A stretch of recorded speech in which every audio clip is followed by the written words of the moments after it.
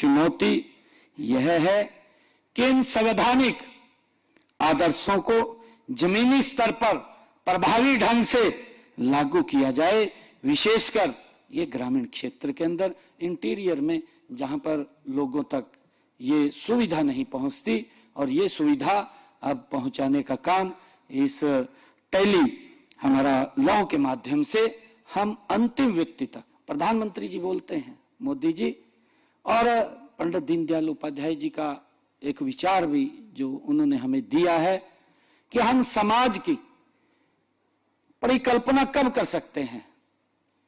समाज की परिकल्पना तब होती है जब लाइन में खड़े हुए अंतिम व्यक्ति तक उसका उत्थान हो, उसका विकास हो, और उस नीति को लगातार आगे बढ़ाने का काम ये भारत मां के लाल नरेंद्र मोदी कर रहे हैं। मुझे इस बात की खुशी है और यही इसका सार्थक है कि अंतिम व्यक्ति तक ये हमारा न्याय पहुंचे, उसको भी लगे। और जब न्याय व्यक्ति तक पहुंचता है, जब न्याय व्यक्ति तक पहुंचता है तो उसमें एक अलग ऊर्जा का संचार होता है। हमारे एडवोकेट साहब यादव जी ने इसके ऊपर बखूबी कहा है कि जब हमने उसको न्याय से अवगत कराया तो उसको अंदर एक अलग उत्साह, ऊर्जा उत्पन्न होती है। व्यक्ति अपने आप को सुरक्षित महसूस करता है। ये न्याय तो ही है कि व्यक्ति का अगर कोई सहारा नहीं होता तो उसका सहारा ये हमारा संविधान होता है, ये न्याय होता है कि उसको लगे कि मुझे न्याय ठीक मिलेगा। साथियों, इसी दिशा में भारत सरकार ने, आदरणीय मोदी जी ने हमारे न्याय विभाग द्वारा लागू की गई दिशा योजना एक महत्वपूर्ण पहल है, हम सब ये जानते हैं। और वर्ष 2021 से 26 की अवधि तक के लिए 250 करोड़ रुपए का वित्तीय प्रावधान भी इस योजना के न्याय तक समग्र पहुंच सुनिश्चित करने का ये प्रयास भी सरकार के द्वारा किया गया है। साथियों, यह योजना केवल हमारे संवैधानिक मूल्यों को ये सशक्त करती है, बल्कि संयुक्त राष्ट्र के सतत विकास लक्ष्य, सभी के लिए न्याय तक पहुंच, सभी के लिए न्याय तक पहुंच को भी साकार करने में अपनी महत्वपूर्ण भूमिका ये अदा करती है। साथियों, दिशा एक नागरिक केंद्रित और तकनीक संचालित ये पहल है। हमें इस बात को समझना होगा और इसके तहत 3 प्रमुख कार्यक्रम संचालित किए जा रहे हैं। हम सब उसके बारे में चर्चा भी की गई है, अर्जुन मेघवाल जी ने उसके बारे में बताया भी है। Tele law reaching the unreached, Nyaya Bandhu हम देख रहे हैं। न्याय बंधु और विधिक साक्षरता एवं जो जागरूकता कार्यक्रम है, ये तीनों कार्यक्रम मिलकर के न्याय व्यवस्था को अधिक सुलभ, पारदर्शी और प्रभावी ये बना सकते हैं। साथियों, टेली लॉ कार्यक्रम इस योजना का एक अत्यंत महत्वपूर्ण ये स्तंभ है। आज के डिजिटल के युग में हम सब देखते हैं कि आजकल जो इतना सोशल मीडिया का जमाना हो गया, आज कुछ भी, आज पूरे वर्ल्ड के अंदर कोई भी जानकारी आप प्राप्त कर सकते हैं। कहीं भी कोई घटनाक्रम हो, तुरंत आपके मोबाइल के ऊपर वो पहुंचती है। हर बात की जानकारी आप तक, पूरे वर्ल्ड के साथ आप जुड़े रहते हैं। ये तकनीकी का उपयोग कर दूर दराज के क्षेत्रों में रहने वाले नागरिकों को भी जो विधिक सलाह उपलब्ध कराई जा रही है। साथियों, देश भर में लगभग, हम इस बात को जानते हैं कि देश भर में लगभग 2,50,000 CSC सेंटर्स, ये एक विशाल नेटवर्क पूरे देश के अंदर ये स्थापित है। लगभग 2,50,000 CSC सेंटर्स का यह नेटवर्क ग्राम पंचायत पर यह संचालित होता है। यह सुविधा 777 जिलों में पहुंच चुकी है। साथियों, जिनमें 112 आकांक्षी जिला हैं, जो पिछड़ा जिला जिसको कहते थे। आदरणीय प्रधानमंत्री जी नरेंद्र मोदी जी की सोच है। हमारे हरियाणा के अंदर भी एक आकांक्षी जिला मेवात था, और देखते ही देखते इन 11 वर्षों के अंदर आज मेवात के अंदर भी लोग ये बात बोलते हैं कि भाई हमारे क्षेत्र के अंदर बदलाव दिखाई दे रहा है।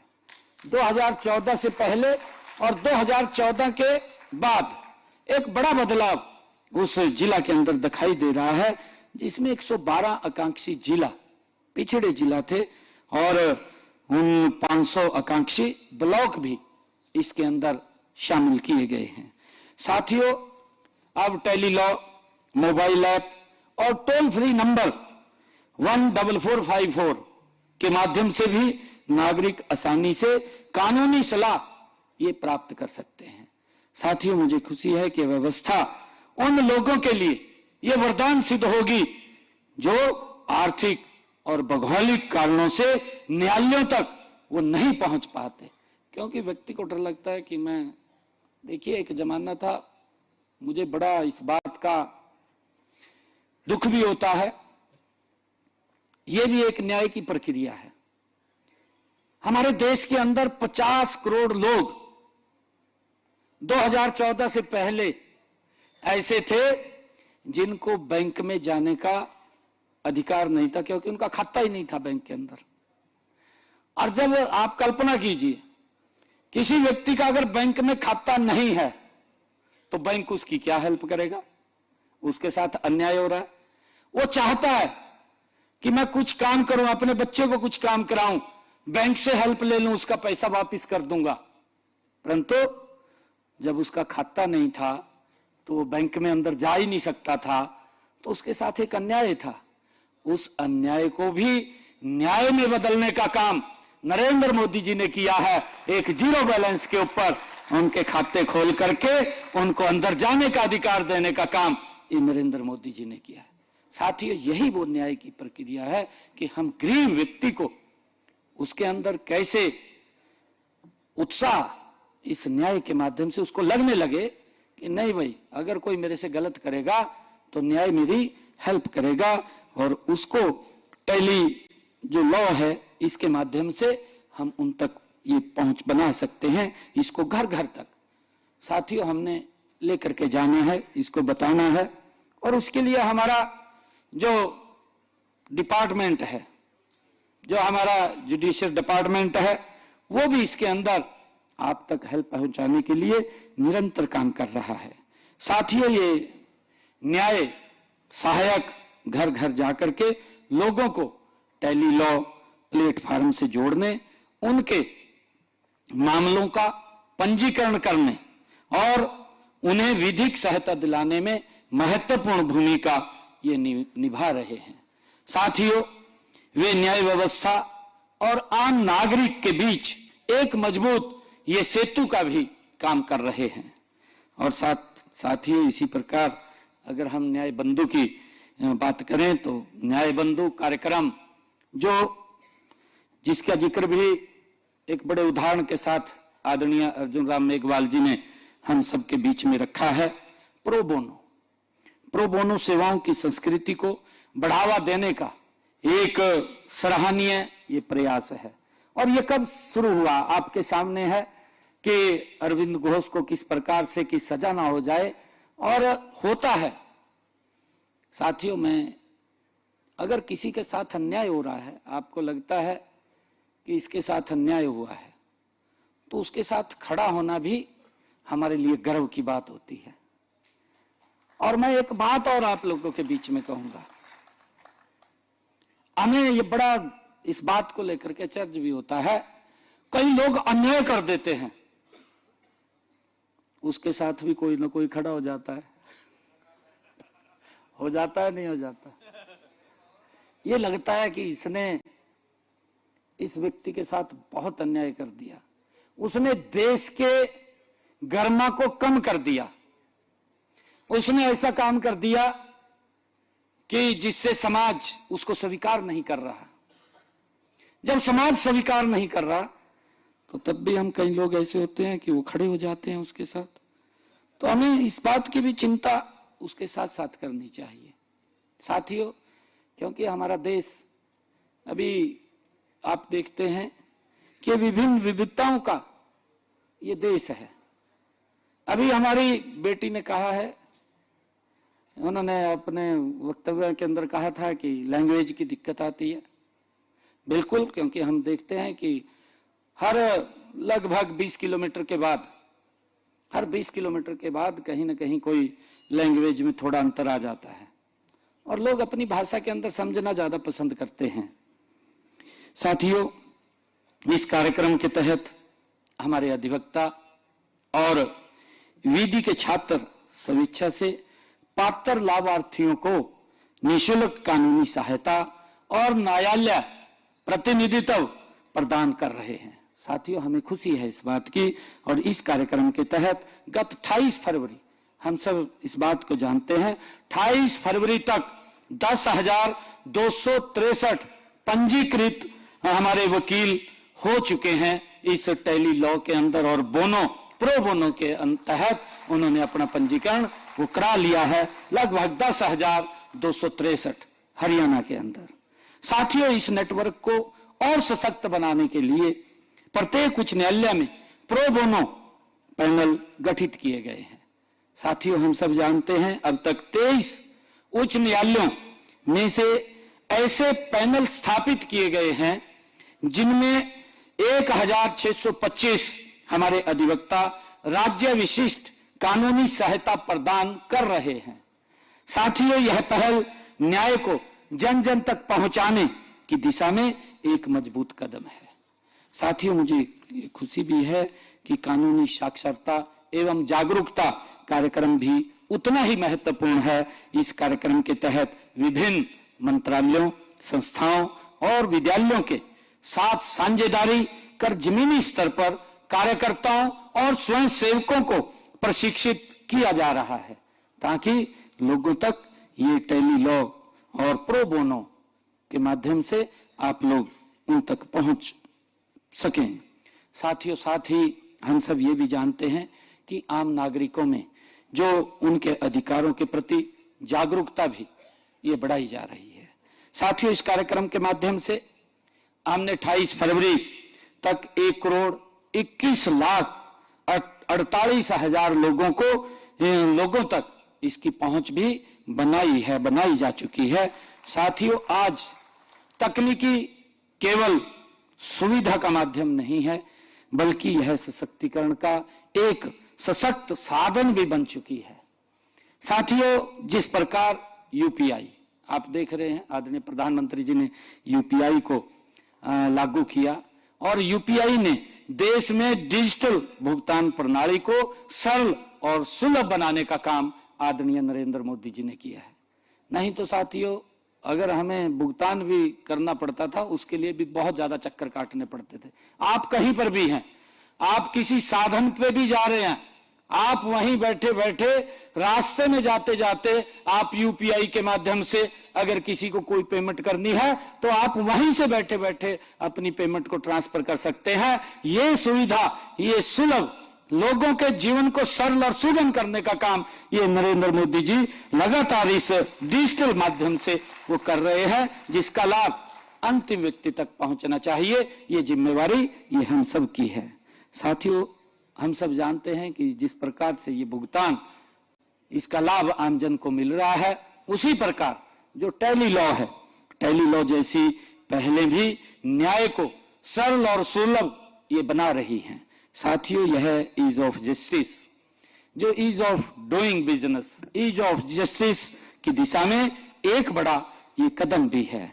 साथियों, देश के यशस्वी प्रधानमंत्री आदरणीय मोदी जी ने डिजिटल इंडिया और विकसित भारत का जो विजन दिया है, हम सब जानते हैं, उसमें समावेशी विकास और सुशासन की स्पष्ट झलक उसमें दिखाई देती है। साथियों, हरियाणा सरकार इस विजन के साथ पूरी तरह से प्रतिबद्ध है और उसको लेकर के काम कर रही है। हम मानते हैं कि जब समाज का हर वर्ग अपने आप अधिकारों के प्रति जागरूक और न्याय के प्रति आश्वस्त नहीं होगा, तब तक वास्तविक ये विकास संभव नहीं है।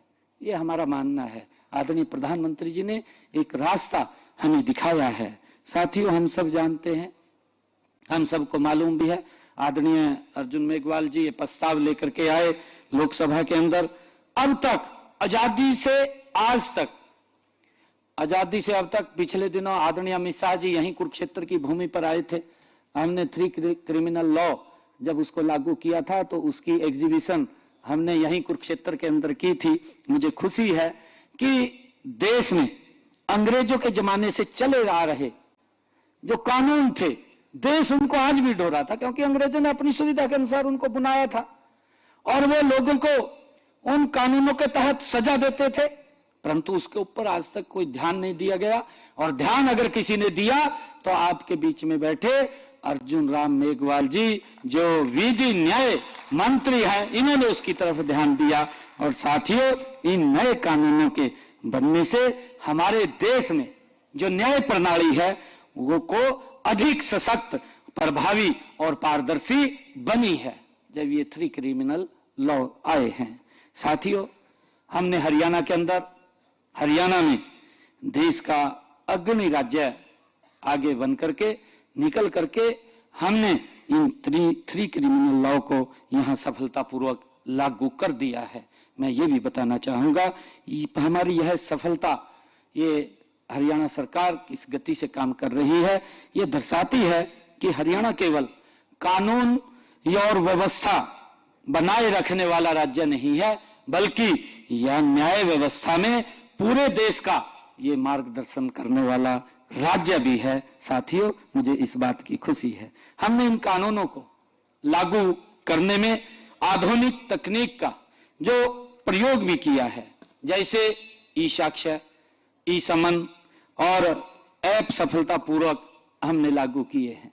आज आप देखते हैं इन 3 क्रिमिनल लॉ से कितना बड़ा लाभ और कितना बड़ा खर्चा वो सरकार का बचा है कि आज हमारे जो वर्चुअली ऑनलाइन अपनी गवाही या पेशी भुगत सकते हैं, वहीं बैठे बैठे उसको भुगत रहे हैं। इसका एक बड़ा लाभ वो प्रदेश को भी मिला है। सभी जांच अधिकारियों को ऐप पर ऑडियो वीडियो रिकॉर्डिंग अपलोड करने का हमने प्रशिक्षण भी दिया है, ताकि वो कोई भी साक्ष्य हो उसको अपलोड कर सकता है और वो कोर्ट तक उसको पहुंचा सकता है। साथियों, हमने ऑडियो वीडियो इलेक्ट्रॉनिक्स माध्यम से पुलिस थानों और फॉरेंसिक जो प्रयोगशालाएं हैं और न्यायालय कक्षों, कारागारों और बैंकों में 2145 वीडियो कॉन्फ्रेंसिंग कक्ष भी हमने स्थापित किए हैं। साथियों, मैं ये भी बताना चाहूंगा कि लगभग 46.52% पुलिसकर्मी वीडियो कॉन्फ्रेंसिंग के माध्यम से अदालतों में आज पेश होते हैं। वीडियो कॉन्फ्रेंस के माध्यम से एक बहुत बड़ा लाभ इसका मिला है। साथियों, महिलाओं और बच्चों के विरुद्ध अपराध से संबंधित मामलों की रिपोर्टिंग का समय 4 से 5 सप्ताह तक कम हुआ है। साथियों, इसका बड़ा एक लाभ मिला है। हरियाणा में नए आपराधिक कानूनों के कार्यान्वयन के बाद दर्ज आपराधिक मामलों में दोषसिद्धि दर भी 82.6% हुई है। नहीं तो लंबे समय तक न्याय नहीं मिलता था और लोगों का विश्वास उठता था कि भाई न्याय तो मिलना नहीं। आप सब देखते थे कि 20-20 साल भी लग जाते थे कई केसों में, कहीं तो पीढ़ियां केस लड़ती थी। परंतु अब इस 3 क्रिमिनल लॉ के अंदर लोगों को त्वरित न्याय मिलने की ये प्रक्रिया भी शुरू हुई है। साथियों, कुरुक्षेत्र की यह भूमि हमें भगवान श्री कृष्ण की उस संदेश को भी याद दिलाती है कि जब भी न्याय और धर्म की स्थापना की बात आती है, तब सामूहिक प्रयास और कर्तव्य और बुद्धिमत्ता का मार्ग ही हमें सफलता की ओर ले जाता है। ये पवित्र भूमि हमें उस बात की याद दिलाती है। साथियों, आज दिशा की इस टेली लॉ पहल जैसी पहले उसी संदेश को आधुनिक संदर्भ में साकार कर रही है, जो हमारा प्राचीन भगवान श्री कृष्ण ने जो इस भूमि से दिया था। आज ये एडवांस टेक्निक जो आई है, यही वो टेक्निक का उपयोग करते हुए हम अंतिम व्यक्ति तक उसका लाभ पहुंचा सकते हैं। साथियों, मैं इस कार्यशाला के आयोजन के लिए भारत सरकार के न्याय विभाग, सभी सहयोगी संस्थाओं और कॉमन सर्विस सेंटर ऑपरेटरों, पैरा लीगल वॉलंटियर्स और हमारे न्याय सहायकों और पैनल अधिवक्ताओं के समर्पण की मैं सराहना करता हूं, उनको बहुत बहुत बधाई देता हूं। आपका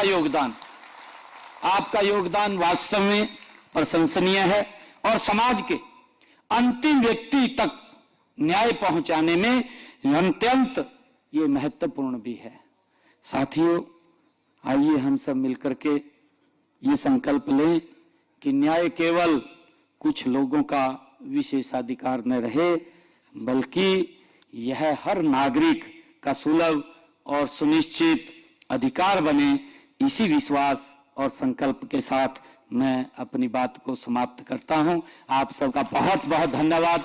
और मैं विशेष तौर से पुनः मैं हमारे आदरणीय केंद्रीय विधि एवं न्याय राज्य मंत्री श्री अर्जुन मेघवाल जी का विशेष तौर से मैं धन्यवाद करूंगा कि उन्होंने हरियाणा को चुना और हरियाणा के अंदर कुरुक्षेत्र को चुना। जिस भूमि के ऊपर भगवान श्री कृष्ण ने सर्व मानव जाति के लिए एक ज्ञान का, कर्म का संदेश दिया है, आप इस पवित्र भूमि पर आए हैं। मैं आपका पुनः बहुत बहुत स्वागत और धन्यवाद करता हूं। इन्हीं शब्दों के साथ आप सबका भी धन्यवाद करता हूं। मैं इन्हीं शब्दों के साथ जय हिंद, जय भारत, जय भारत मां।